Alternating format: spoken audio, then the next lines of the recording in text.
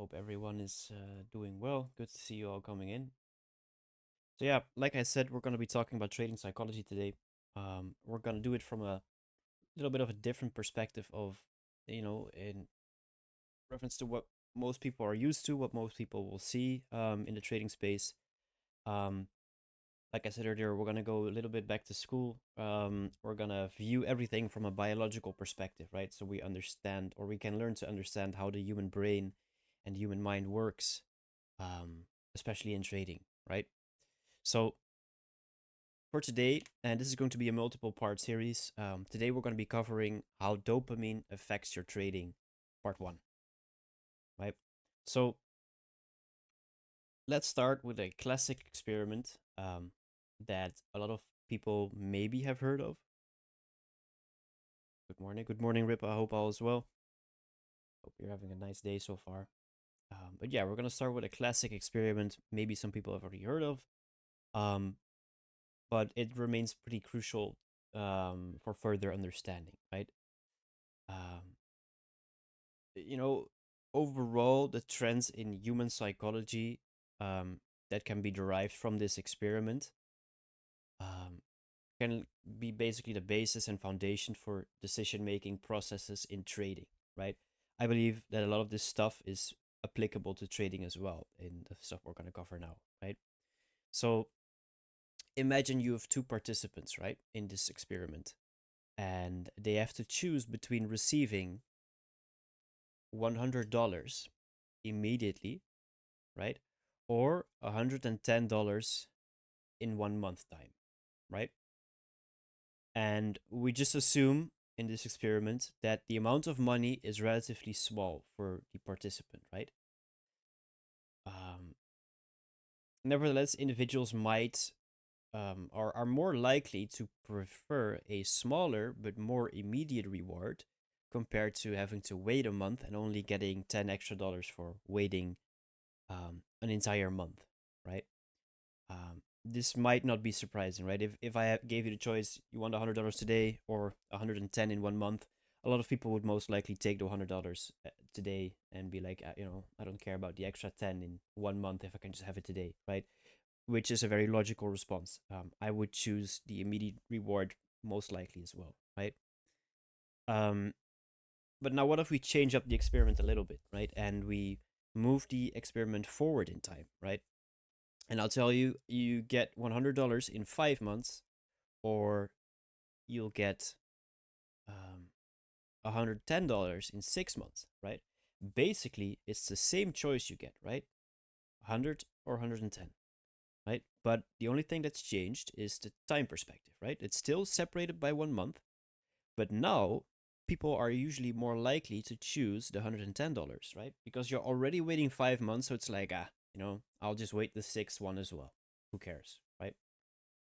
Good morning, by the way, Jason. Hope all is well.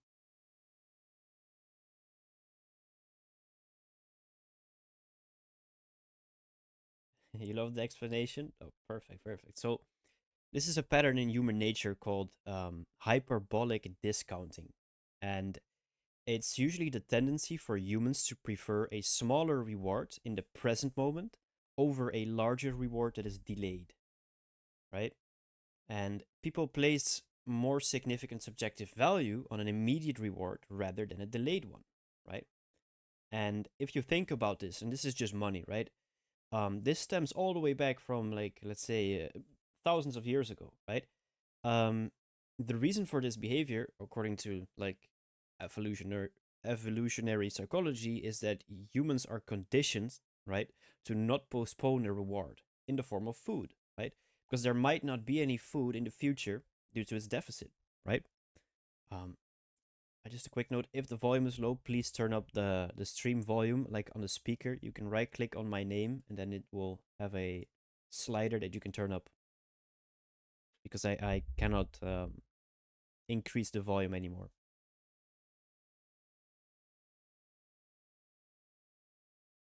One in the hands, better than two in the bush. Yeah, that's a nice one. Right here. Good to see you here, Josh. Hope all is well. So yeah, where does it come from? Let's say thousands of years back, right, when we were hunters and gatherers, right? food was scarce and food's important, right? So people would usually choose or were conditioned to choose food right as they have the chance to eat it, rather than be like, we'll wait a few days um, to eat the food because it might be gone, right? You never know what other animal is gonna come by the bush and might take all the food, right? You never know. So people are conditioned to choose a reward earlier than later, right? And you can barely hear. Okay, wait, let me check. Is it really that soft for everyone as well?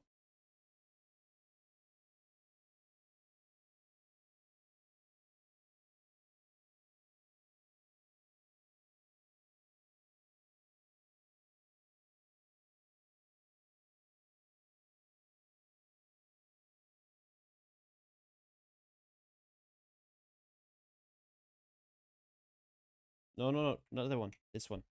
This one. Click on my name, not on the stream, but on my name. Yeah, click on my name and then do user volume up.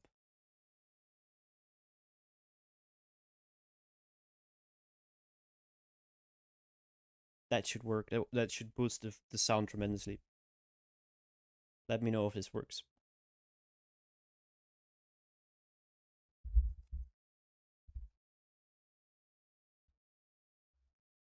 You can hear Josh? Okay, perfect. It's just me then. I'm not sure what's up. Mic settings haven't changed since the last time.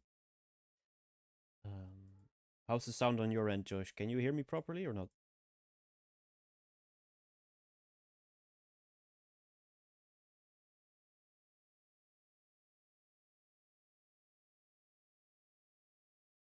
That's weird.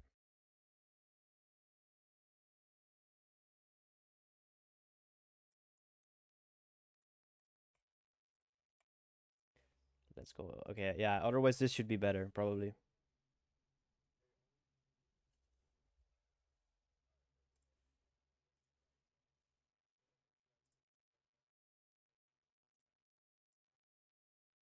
That's weird.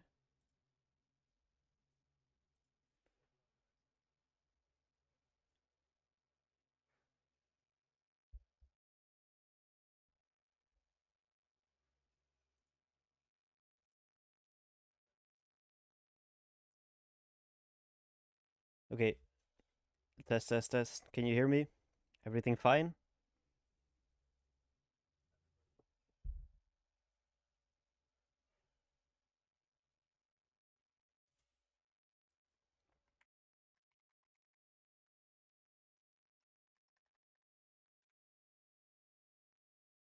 Perfect. Okay, okay. Then we can continue.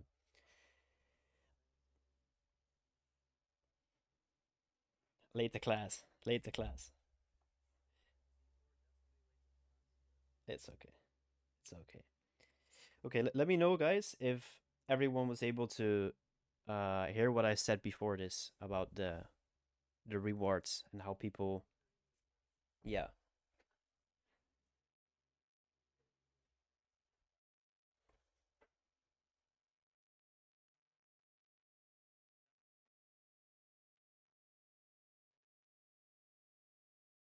yeah. I think it might be something with OBS because I'm not screen sharing a screen. I'm screen sharing a virtual camera inside OBS, so I'm able to like switch scenes. So it might be because of that. I'm not sure.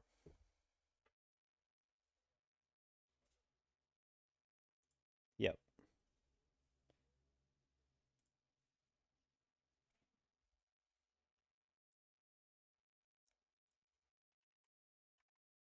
Yes. Yeah. I'm recording the stream right now, so I'll make sure to cut this whole troubleshooting out so you can just enjoy the whole stream at once. The bloopers, yeah, yeah. Perfect.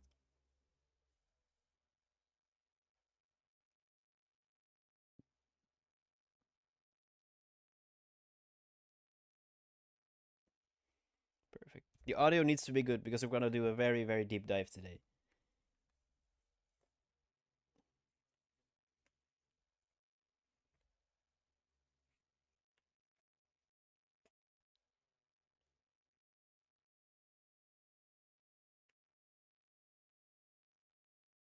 Head gain. Okay. Wait, wait, wait. Yeah, yeah. I got that. Got it. Got it.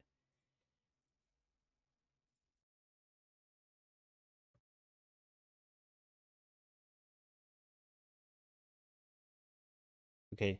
I think the gain is up now, so it should be louder. Not too much. Is it too much or? Okay.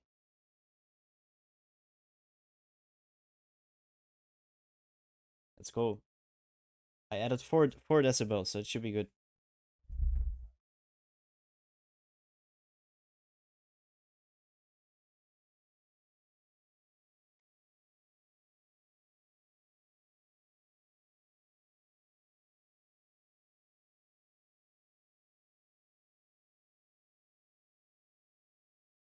Perfect. So, um, I'll recap this real quick for the people that haven't heard it. Basically, it's a reward system, right? If I give you the choice to take $100 today, right, or I give you the choice to get $110 in 1 month time, most people in here are most likely going to choose $100 today, right? I know I would, right? And let's say we shift this experiment forward in time, right? Same experiment, but only the time is shifted. You'll get $100 in 5 months' time, or you get the option to get $110 in 6 months' time, right? It's the exact same experiment with the same distance or time distance between the reward, right? But now it's more people are likely to choose the second option, right? To go for the $110 because you're already waiting 5 months. So, the extra month doesn't really matter that much anymore, right? As where immediately versus 1 month is a big difference, right? And this is a pattern we call hyperbolic discounting. And it's basically the tendency for humans to prefer a smaller reward at the present moment over a larger reward that's delayed, right? So people place more value on an immediate reward compared to a delayed one, right? And this stems all the way from thousands of years back to where we were basically hunters and gatherers, right? Where food was scarce and people were basically conditioned to prefer food now compared to food in, let's say, 1 day or 2 days or 3 days, because you don't know if the food's still gonna be there in that time, right? So because of all that, humans are conditioned to basically choose instant rewards compared to delayed rewards, right? And this is a very important thing to understand for trading psychology as a whole, because it's our human nature and it plays into that as well, right?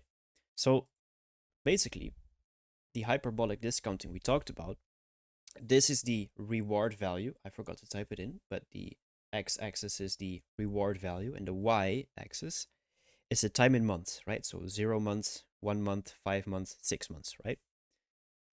Um, this graph, it's maybe schematic, it's not accurate or something, but it effectively tells you the point of what we're looking at, right? The value of the reward is higher the earlier we get it, right? But the more we have to wait on the reward, the less valuable it is to us, right? So that's why waiting 5 or 6 months doesn't matter that much, right? It's just a small decline in value. But waiting 0 versus 1 month is a bigger drop in value, perceived value for us as humans. So that's why we choose the earlier reward, right? Um, Transferring this effect to, let's say, intraday trading is pretty easy, right? Because this will be represented in a form of like desiring to open a position quickly and take fast profits, for example. A person invests a higher subjective value in the immediate reward, right? You've probably all experienced FOMO, for example, the fear of missing out on profits, right? And that's it. As a reminder, the external symptoms of FOMO could be, let's say, early early opening your position, ignoring your own rules to open a position. Let's say we underestimate the importance of other factors that contradict your belief, right, about the direction of the market. Jumping on a train that's already kind of left, right, while you've kind of already missed the boat. So chasing price or closing a position early, right? Most traders are probably familiar with all these kind of behaviors, um, which we often refer to as greed, right, in trading psychology. And the phenomenon of hyperbolic discounting explains a lot of this behavioral pattern, right? FOMO stems from this hyperbolic discounting, the need to have the reward now, right? So let me know if you guys understand what I explained just here. or if it's all clear. Type a one in chat if, or type a one in chat if you do not understand. Let's make it easy.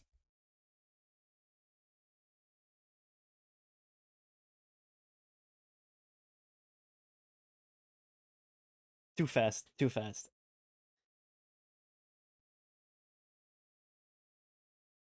Almost typed one. Okay. So it looks like it's pretty clear. Yeah, yeah. Questions are always welcome.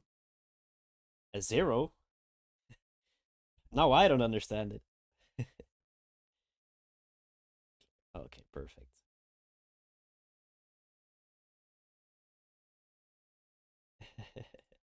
All right. Yeah. So, oh, that's weird. Picture didn't load in. 1 second. I'm gonna. I'm sure you're familiar with this quote, and a lot of people are in this Discord most likely. Someone I know, and you also know, Josh said, the better you understand the machine, the better you can operate it, right?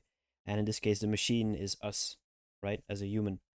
The better you understand human nature, the better you understand how the brain functions and where everything comes from in detail, the better you're able to respond, the better you'll be able to work as a trader, right? Exactly. It's FX for Living's quote. I got it from him, so that's credit where it's due. So, in order to understand the nature of this hyperbolic discounting, right, we need to understand how the dopamine system works, right? And this might seem complicated and unnecessary to know, but it's not, right? Believe me. Instead of the basic, theoretical information about dopamine, right? Because we understand, like, we all understand surface level information about dopamine, but really knowing it in depth will help you to another level, right? The topic of, let's say, dopamine or dopamine detoxing and the reward system has become very popular on the internet, right?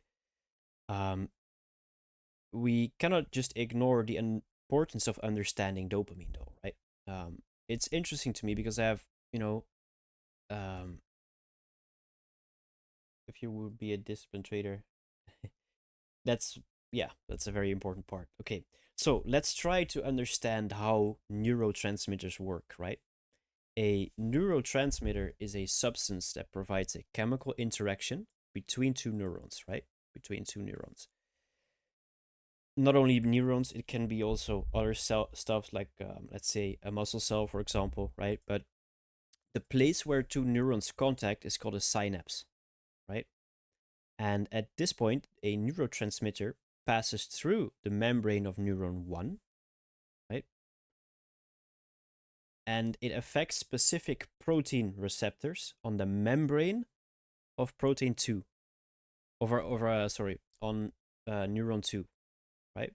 So, in simple terms, one neuron exits the other, or excites the other through the neurotransmitter, right? So, the neurotransmitters are these little blue dots, and then we have the neurons themselves.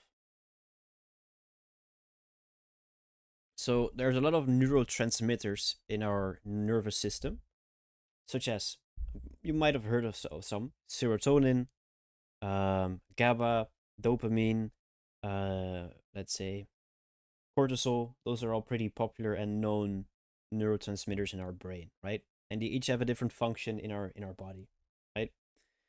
So let's continue with the presentation. Dopamine, right, is often attached to a one feeling, which is pleasure, right? Most dopamine releasing neurons are located in the midbrain in the area of the VTA, right? And from here, the outgrowths of these neurons diverge through the central nervous system in the form of pathways, right? And there's two dopamine pathways that start from the VTA region, right? Which is the mesocortical pathway and the mesolimbic pathway, right?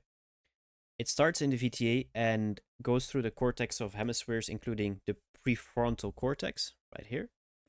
And the prefrontal cortex is one of the most novel brain structures from an evolutionary point of view, right? It's responsible for planning, behavioral control, willpower processes, thinking, social behavior, and decision making, right? It's all in the front part of your brain right here.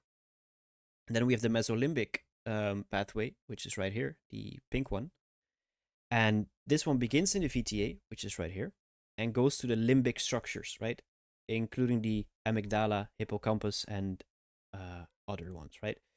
And it's an important part of the dopamine reward system. And it's involved in learning processes and forming a sense of anticipatory rewards. Now, you don't need to know all of this in depth, but this is just basically how it works inside your brain, how neuron travels through your brain, and where it goes to, right? So the dopamine neuron outgrowths from this part and then goes through the nigrostriatal pathway right here, the purple one.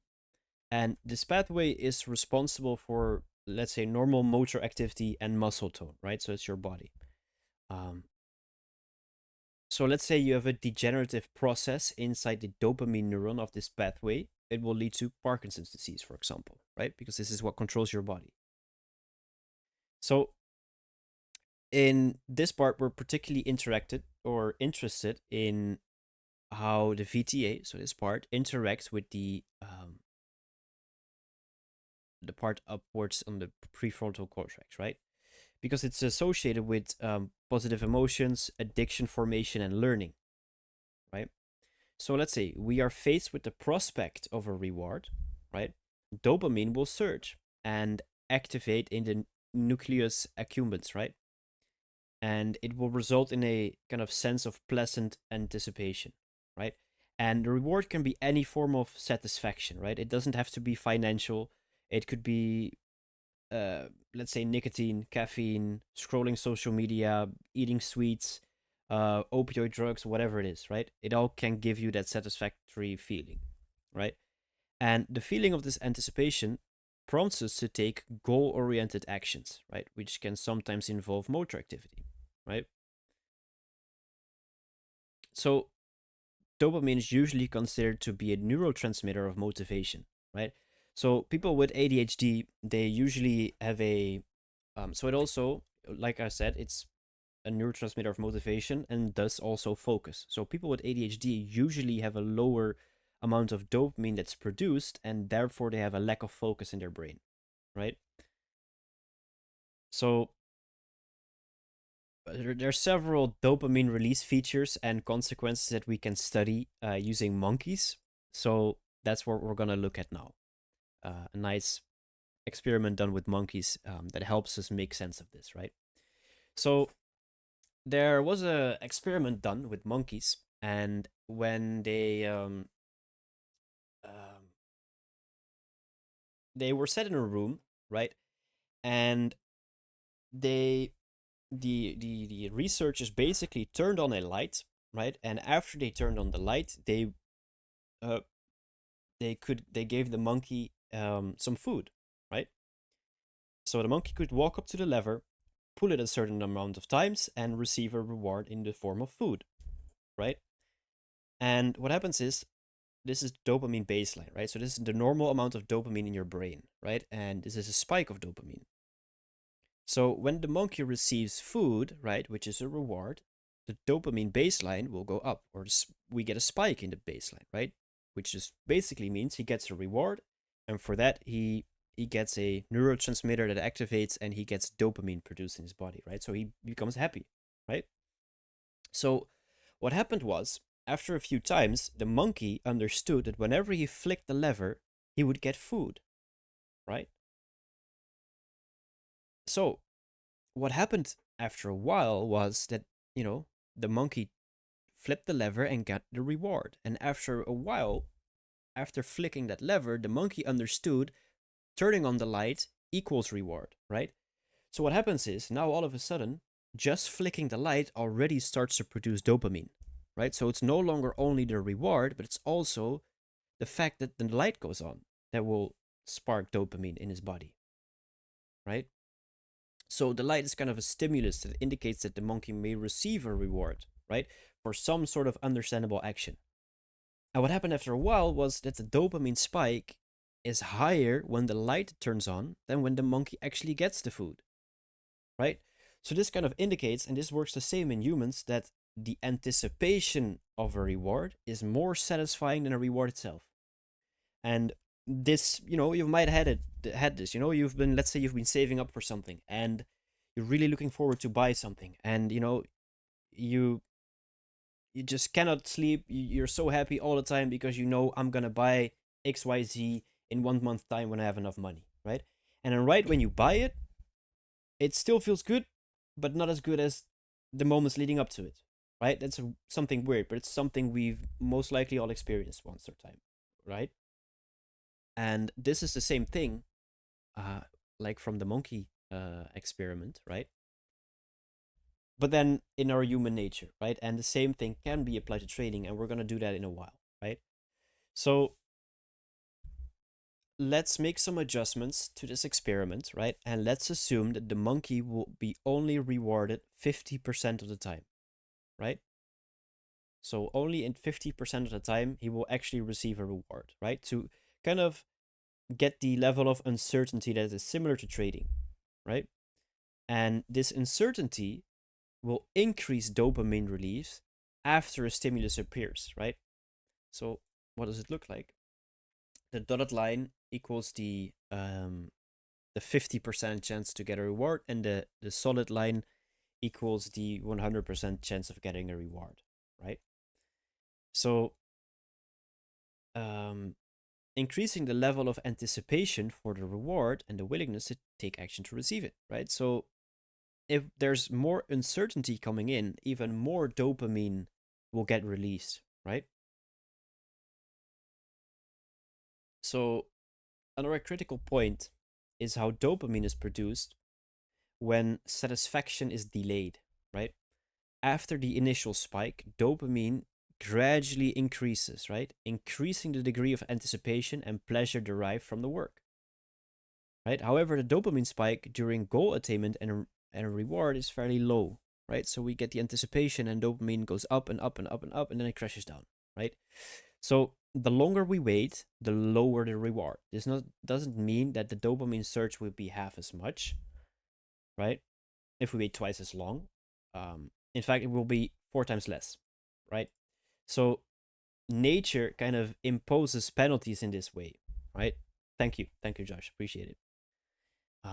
The importance of the reward is significantly reduced, right? Which generates a desire to get it as soon as possible, right? So this is how we tie it back to our human nature with wanting food as soon as possible. We are hardwired to prefer a reward earlier, right, than delayed, right? Our brain just values a immediate reward at a higher value compared to a delayed reward. That's just the way we are hardwired as humans. So this kind of fits well with decision making in trading, right? A lot of people constantly open to rush positions. We ignore rules. We exit markets at the slightest positive P&L fluctuation. We give in to other stuff like FOMO and all that kind of behavior. All because the closer in time, the reward has a higher value. So the initial moment you open the trade, at that point, our body understands that the reward we're looking at has a higher value compared to if we wait. So that's the trigger why some people always close their positions early, right? Now, we understand that dopamine is attached to pleasure, right? But it's also attached to pain, right? So we've seen the pictures that I just showed you, right? Where dopamine spikes are going upwards, right? Above the baseline. Now, this baseline goes both ways, right?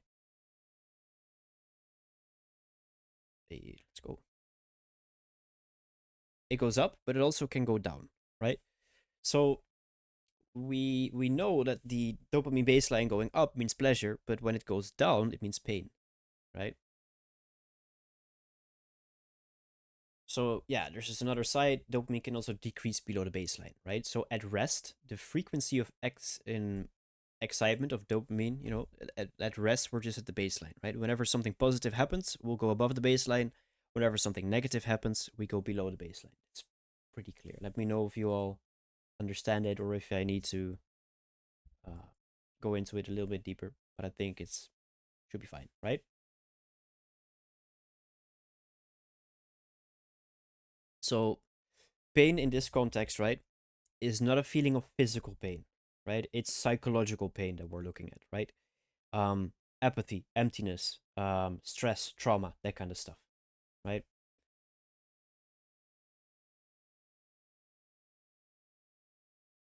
And this is why an acute desire exists to get out of such a state, right?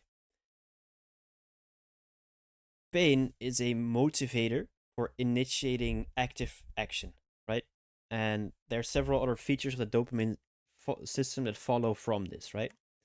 So let's say, for example, our body gets into a state of pleasure, right? Our body is like, that's fine, right? Our body likes pleasure. Our body likes dopamine, right? But once we get below the baseline, what will happen with our body, right? Our body understands this is a point of trauma or pain, psychological pain, and will do everything it can in its power to get it back to the baseline, right? So if we understand that our body will do everything it can to go back to that baseline, no matter what the consequences, right? As long as we get back to the baseline, that's the main objective once our body gets into this state of pain, right? Our body will kind of, well, our subconscious brain will try to refer to everything it knows and understands, and it will dig into our brain and be like, okay, what are the things that we know that bring us back to baseline or that at least spark and produce dopamine, right? And let's say we immediately go and apply this to trading. If our body is in that state of pain after we've just taken a loss, right? So let's say we take a loss and we go into the pain state, psychological pain. Our subconscious will try to dig in and seek for the nearest thing that it can use or do to get back to this baseline. And we understand now that opening positions is an anticipatory thing before a reward, right? Because we understand that taking profit is a reward. But we understood also from the monkey experiment that turning on the light creates more dopamine. Turning on the light in this example with trading is opening the position, right? Opening the position generates more dopamine than actually taking profit, right? So, because we just took a loss and we're in a state of pain, our body will revert back to the first thing it knows. And what is it? Opening a position, right? So, once you take a loss and the first feeling you get is that you have to open another position because you're over trading. Let's say you suffer from over trading a lot. Understand that it's just your body trying to get you back to the baseline dopamine level as fast as possible because it understands that opening positions gets you back there, right? So, can you see how suddenly overtrading is a vague thing? You don't understand where it comes from. You might not understand how it works.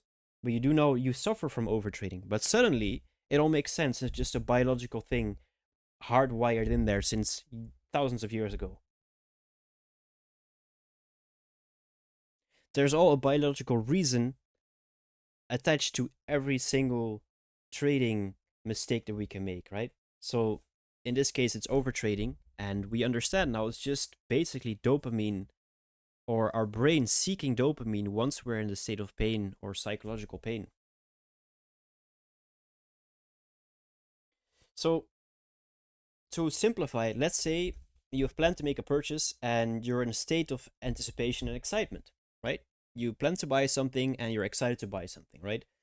You go to the store and then, the people at the store tell you that, the product that you want to buy is unavailable. And as a result, your dopamine levels will drop, right? And you go to the store, dopamine levels drop below the baseline and you feel devastated because you wanted to buy something so bad, right? And this tendency is called a reward prediction error, right? It's a type of frustration caused by the mismatch between desire and outcome. You would say that losing is way worse than the joy of winning. It is, because of the whole dopamine system is so messed up with us a lot, right? Losing brings you into a state of psychological pain, or the way the body translates is trauma, and it will try to do everything it can in order to get rid of that trauma and get back to the baseline for dopamine, right? And especially in the era that we live in right now, right? We have basically a world of hyper consumption of media content, junk food, nicotine, alcohol, drugs, antidepressants, all kinds of other stuff, right? So our body is kind of constantly looking for ways to increase these dopamine levels, right? Whether it be through doom scrolling or whatever it is, right? Inevitably it kind of leads to addiction, right? And depletion of this is important to neurotransmitters, right? Receptors that respond to dopamine, they become less sensitive over time, right? The more you deplete the neurotransmitter, the less sensitive it become over time. So, and then the density of the receptors decreases, right? And this will kind of result in, let's say, burnouts, pain, apathy, depression, anxiety disorders, right? Um, so that's where all that kind of stuff comes from, and that's why they say, watch out with doom scrolling because you're frying your dopamine receptors, because it kind of, you get so many dopamine hits after, in a small time, that it kind of depletes your neurotransmitter and then messes it up.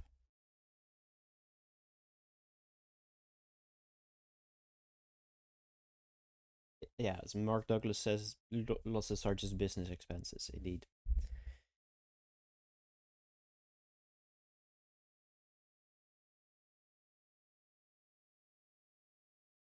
it could, it could in a sense, because um, the amount of stress or trauma your body attaches to a loss is also directly usually linked to the size of the loss, right? If you're very attached to the amount of money, it will hurt way more if you lose a big amount compared to if you lose just a small account that you don't care about losing it, right? Appreciate it. Oh, appreciate it, Tony. Appreciate it a lot. So we talked earlier about the fact that dopamine releases occur when the prospect of a reward arises, right? So not when the actual reward is there, when the prospect of reward is there, right? So how does this apply to trading, right? What are these prospects? When do they appear? Well, they're usually um, there in the form of something on the chart, right? They are understandable information, right? That will translate towards something about a setup for you.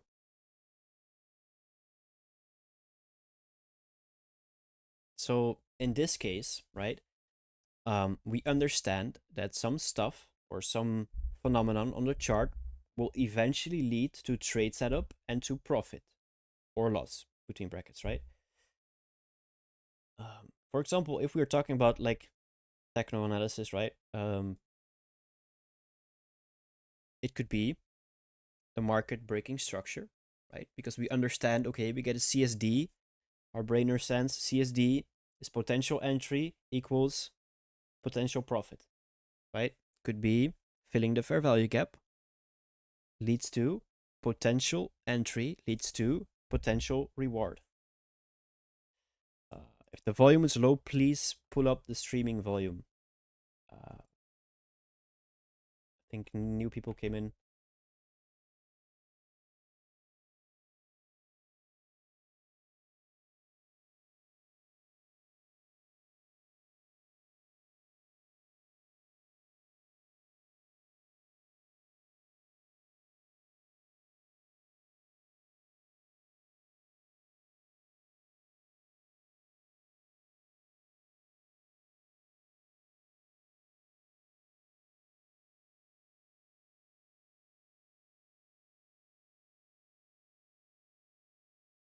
Yeah, so turn up the stream volume if you cannot hear it properly or if the sound is low. For some reason, I don't know why the volume is low compared to the previous stream. Didn't change anything in the mic settings, so I'm not sure what's going on, but we'll make sure to get it fixed before the next stream. But for now, we just have to, you know, slide up the volume. So yeah, as I said, it could also be in the form of filling a fair value gap because our brain understands that trading into the gap might lead to a setup which would lead to a reward. Let's say we raise some buy side liquidity pool and we expect a reversal. Our brain understands that raiding the buy side liquidity pool could lead to a setup, which eventually leads to a reward, right? So these are all reward anticipation points, right? Or that might be a setup coming. There might be a setup, right? And that already spikes the dopamine in your brain. So these market patterns, they carry information, right, about a potential reward, right? So every time something like this happens, dopamine will spike in your brain, right? So I already told you, right? Dopamine comes from the VTA region in the brain, right? But the VTA region in your brain can't operate autonomously, right? Well, it doesn't. Your brain is dependent on previous experience, right? The production of it. So, for a spike in dopamine levels and motivation to lead to purposeful action, you must know that a particular event offers the prospect of a reward, right? So, let's say someone that is not familiar with IC concepts at all, not familiar with trading at all, nothing. You show them a chart, live chart, and you see the market going up, filling a fair value gap, and then continuing higher, right? For you as a trader, it will create dopamine in your brain. For that person that does not know anything about trading, hasn't looked at a chart in their life, they will not get a dopamine hit from this, right? Because their brain isn't trained to understand that this is something to happen, and it isn't conditioned to understand that something like a reward is going to follow, right? We as traders are conditioned to understand that because we're looking at this all the time. So we must understand, or we must know, that a particular event offers the prospect of a reward, right? Otherwise, there will be no dopamine created in your body, right? Um, so why is it important to know that, right? Because we can influence our thinking about these things, right? We have the power to control our thoughts and shift our mindsets, right? So consider this: we can choose which directions our thoughts take, right? While it can be a complex process, right? Changing our attitude toward things, um, with experience and practice, it is possible, right?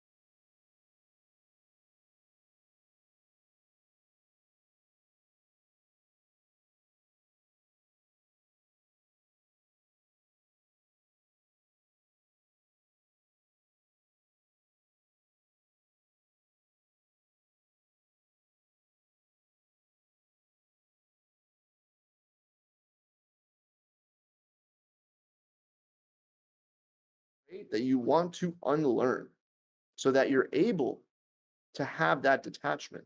And that's so critical. So, so, so important. Nicely said. That's 100% true. I agree with that. Couldn't have said it better, honestly.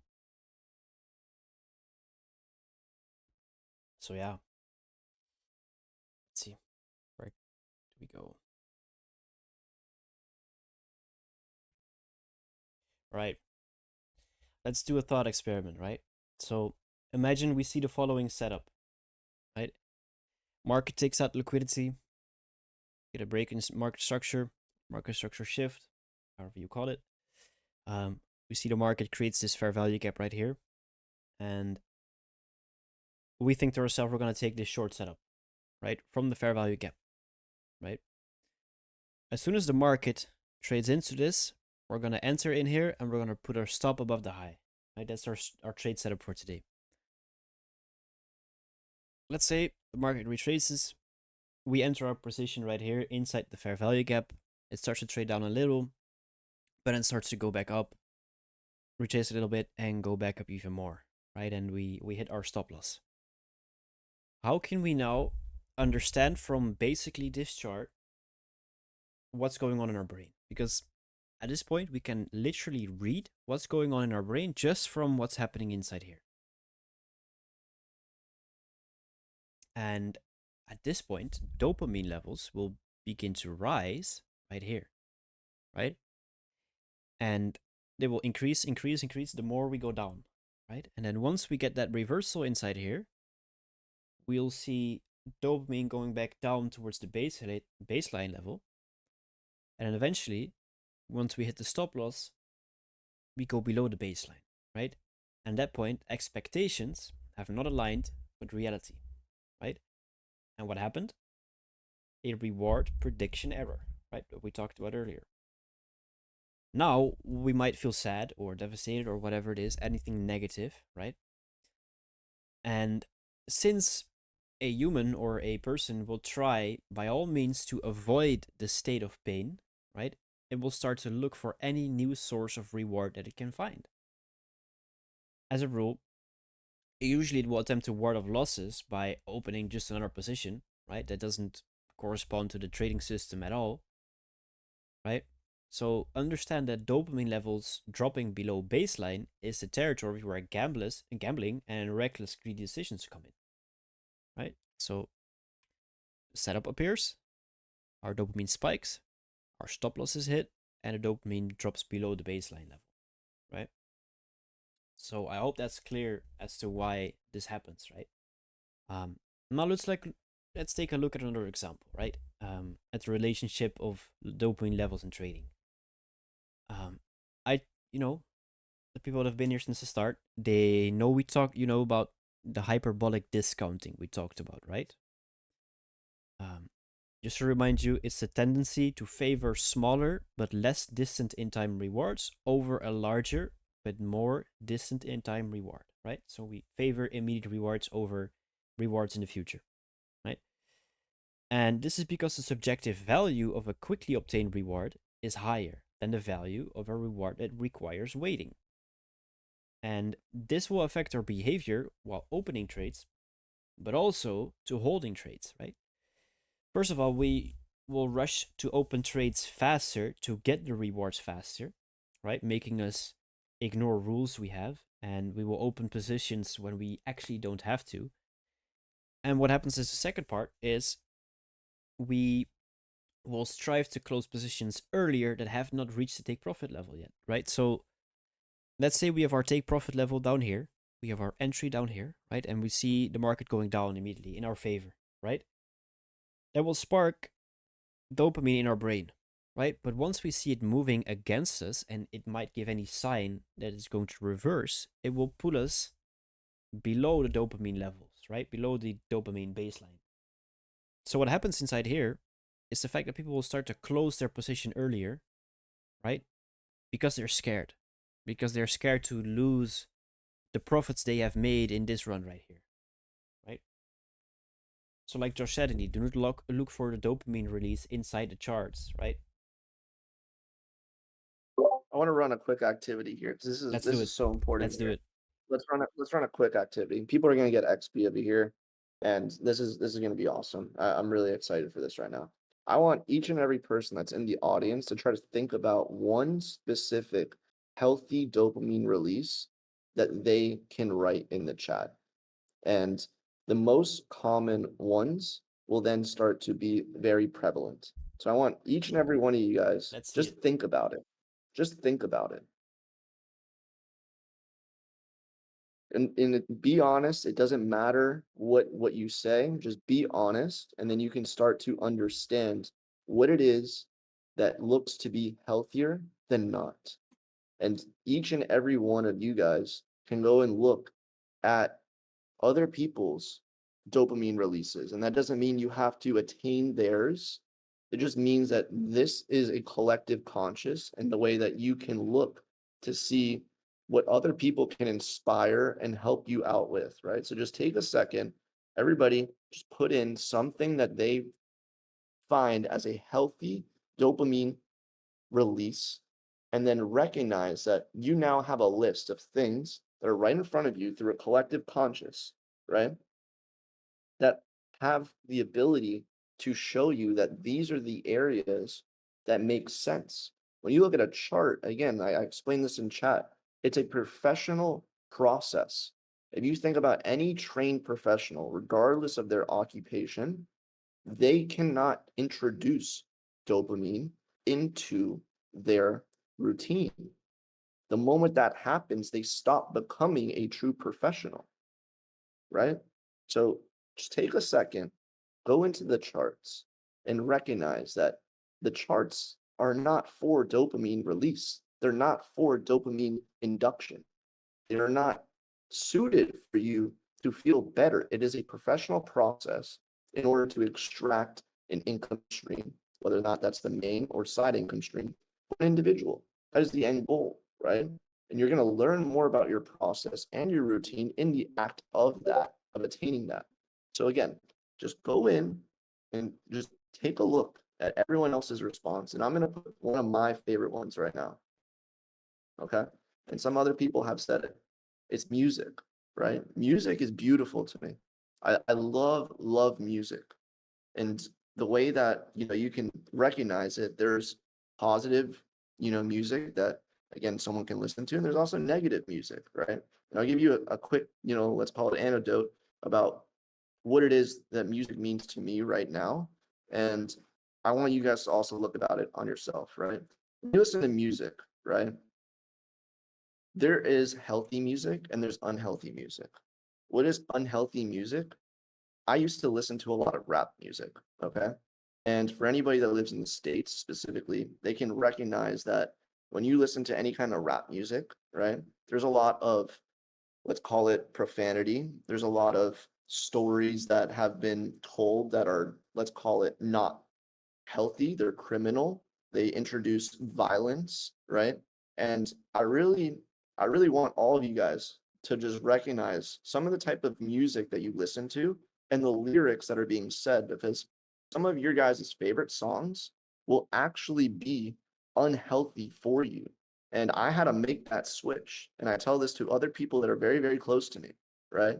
When you listen to music that might be your favorite song, and or things that you've just listened to because let's say it's just a routine, other people have listened to it, right? You're not really actually answering your own question of saying, okay, well, the point is that music actually healthy for you to listen to? And what is it actually telling me? Because I'm going to let you guys in on a very, very big gem. And I want every single person to either write this down or remember this the rest of your life. Okay. Subconscious learning never stops. I'm going to say that again. Subconscious learning never stops. So no matter where you are in your individual life, okay, your brain is still receiving information, okay? So the moment that you can see that, what information are you actually receiving from the acts of what you're doing, right? Think about it. If you're receiving information from unhealthy music, all that is subconsciously training your brain to then have unhealthy habits, right? So if you guys can see the weight of this, like I hope you can recognize the truth of this. I used to listen again to a lot of rap music, and I just listened to it because I thought it was cool. It sounded good. I liked bass in the car, right? Like bass in your house, and it used to, you know, give off, let's call it, dopamine that was unhealthy, right? So in all acts of what you can see, your subconscious is always learning, right? And this is also one of the largest reasons now I just listen to house music, right? Specifically. And that's just beats, it's music, it's instruments, right? And let's say the words that are sometimes heard from house music is very minimal, right? So like I can see and hear what it is actually true that my subconscious should attach onto, and just beats that I just thoroughly enjoy, right? And like again, why do you guys think, let me just ask you guys the question. Why do you guys think that classical music is actually so like taboo? Like why don't more people listen to classical music? Is because they haven't been able to find dopamine through classical music. If you can think about that, why don't people listen to instrumentals where there's no words? Is because words come to bring dopamine. And when someone tells you something, again, your subconscious is always learning. So think about this, right? When you can realize what music you're actually listening to, it will also influence your subconscious. And when you have a stronger subconscious, guess what that does? Becomes a stronger individual. And you have more control over what you receive and are able to see as real. So again, like I would love to see some interactions in the chat for anyone that wants to be honest with themselves to say, do they listen to healthy music or do they listen to unhealthy music? And what is the reason that potentially they listen to unhealthy music? And if you're honest with yourself, it's mostly because someone showed me this song, they were jamming out to it, and guess what? You just, again, wanted to fit in to a certain extent and you wanted to jam out with them, right? So if you can really, really recognize the weight of what I'm trying to say here, like you're never going to be able to be influenced by someone that's just looking to just evoke an emotion from you that's not genuine to yourself. And this is really where it stands. It's like you're finding more about yourself, you're learning more about yourself through your own subconscious training. And that's really where me and a sign of time, we're here to provide you guys not necessarily any kind of quote unquote medicine. It's just having a discussion so that you guys can train your own subconscious to actually question some of the things that you're doing to say, okay, is this healthy? Is this not healthy? Right? So I just hope that that's insightful. And if it is, drop some love in the chat. Appreciate it a lot. Sign of time, please go ahead. Well, you actually, my presentation for today is done, but you came up with the perfect point, about how your subconscious is always learning, right? And it never stops. And that's exactly a big part of next stream's topic. And that's, how does the subconscious brain work? How can we train it?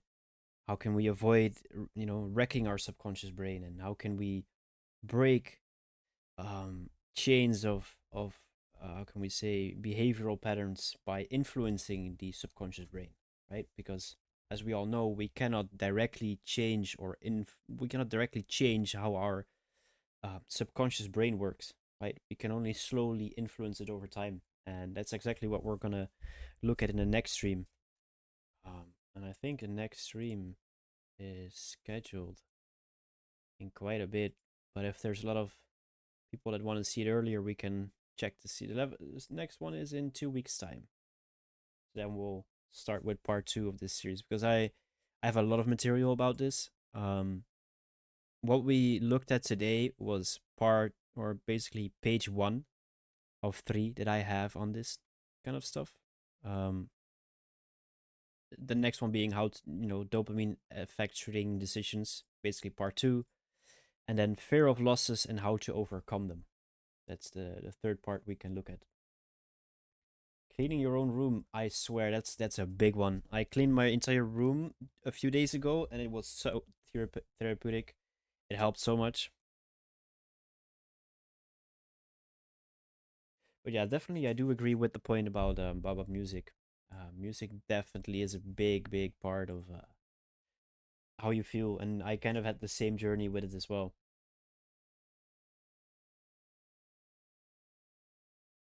So I'm just going back and scrolling through the chat and really wanted to see a lot of what other people said as their healthy dopamine activities.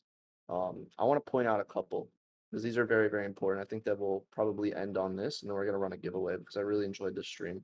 So I'm just going to, again, I'm going to run through the entire list so anyone that's not in the recording can hear some of the different activities, right? So we have exercise that's being said multiple times, gym, kiteboarding, motorcycle riding, cold showers, sex, healthy sex, absolutely. Boring.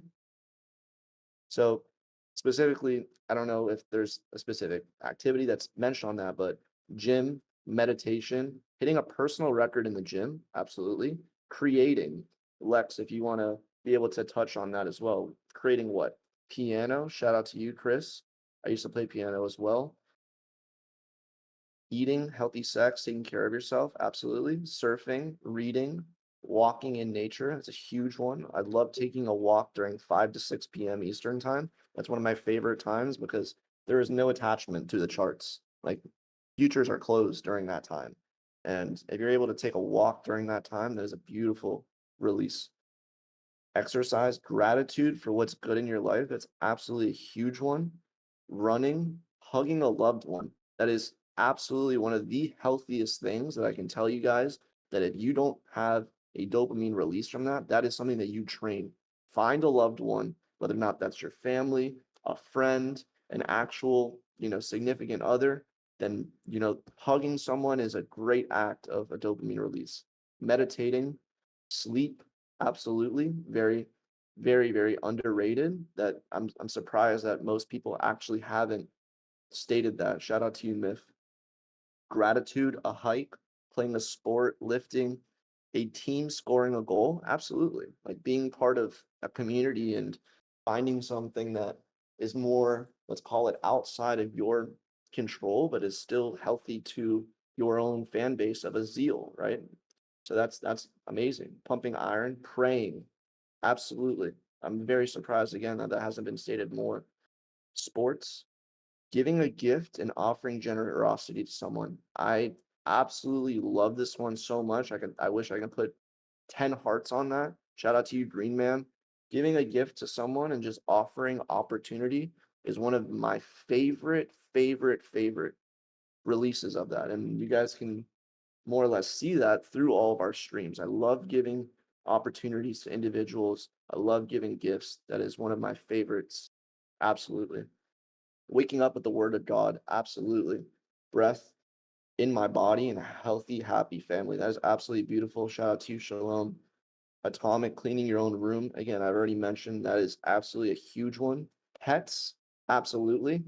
I have a couple of puppies that are running around my house, and to say the least, like Oh, we're really, really happy when they're loving and caring, but sometimes you gotta control the dopamine release when they go to the bathroom inside of the house unwillingly. So I take responsibility on that too. So, if for anyone that has a pet and releases an act of dopamine in the negative way, meaning pain, just recognize that that's a learned trait, right? If your dog goes inside of the house, it's something I used to, let's call it, get more mad about or release in a negative way, but at the end of the day, it's still your responsibility to take them out and make sure that they're having their business taken care of. So, that's something that I've had to learn, definitely.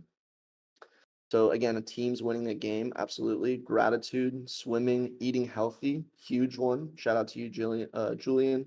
Rap, exercise, being in nature in the sunshine, that is absolutely amazing. For anybody that again has the ability to be out in the sun, just don't take it for granted because there's individuals that live all around the world that have very limited sunshine. If you're living in a state in a place that has sunshine, go outside, enjoy the sun, close your eyes, and just feel real energy that comes from the earth. It's amazing. Shout out to you, Lex. Anything other than the charts because this is a business and we're not trying to make it a hobby. Very well said. Acts of kindness. Shout out to you, Forge. Sam, laughing with friends. Absolutely. That's it's amazing. Very well said. Taking a walk after market closes. Shout out to you, Tivo. I didn't even see that your comment was there. I definitely have just mentioned that. That's one of my favorites again. Doing something for someone else. So, Ripa, if you have any kind of opportunity to expand upon that, I would love to kind of hear more about that. Uh, Funk music, I don't know if I'm saying that correctly, but shout out to you again. If that's a healthy form of music to you, then that's amazing. And exercise, yeah. There's you guys can, again, rewatch this recording and ask yourself how many of these genuine acts of a dopamine release do you actually employ? And the moment that you can realize and tell yourself, okay, well, now I've identified more or less the problem of what I haven't been doing, it will show you what you do want to do, right? So playing a musical instrument, absolutely beautiful. And yeah, house music, Yeah, so it's beautiful. And I really, really appreciate everyone sharing their own, acts of healthy dopamine release.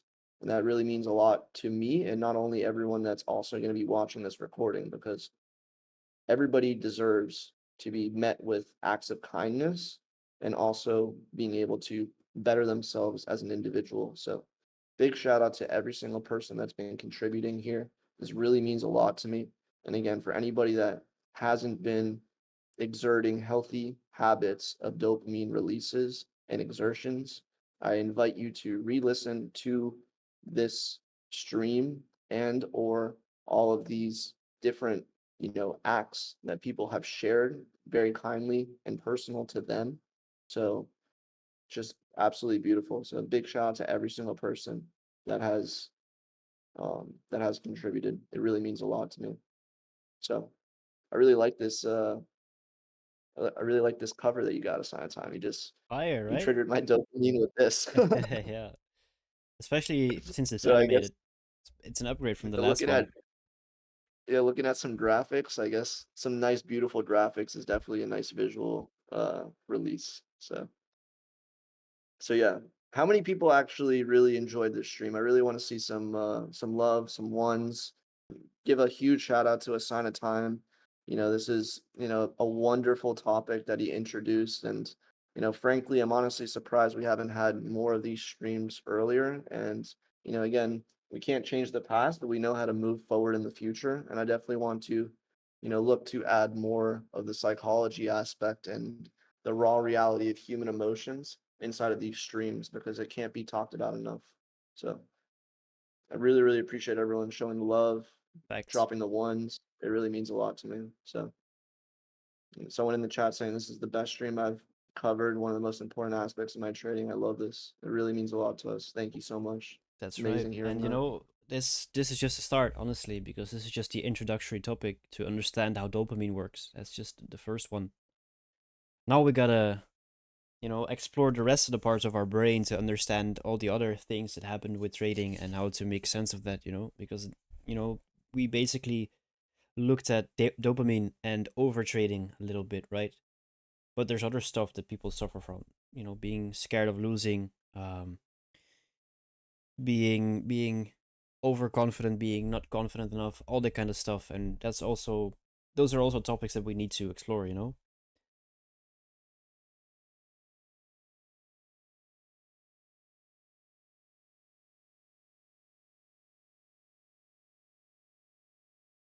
So the giveaway has started.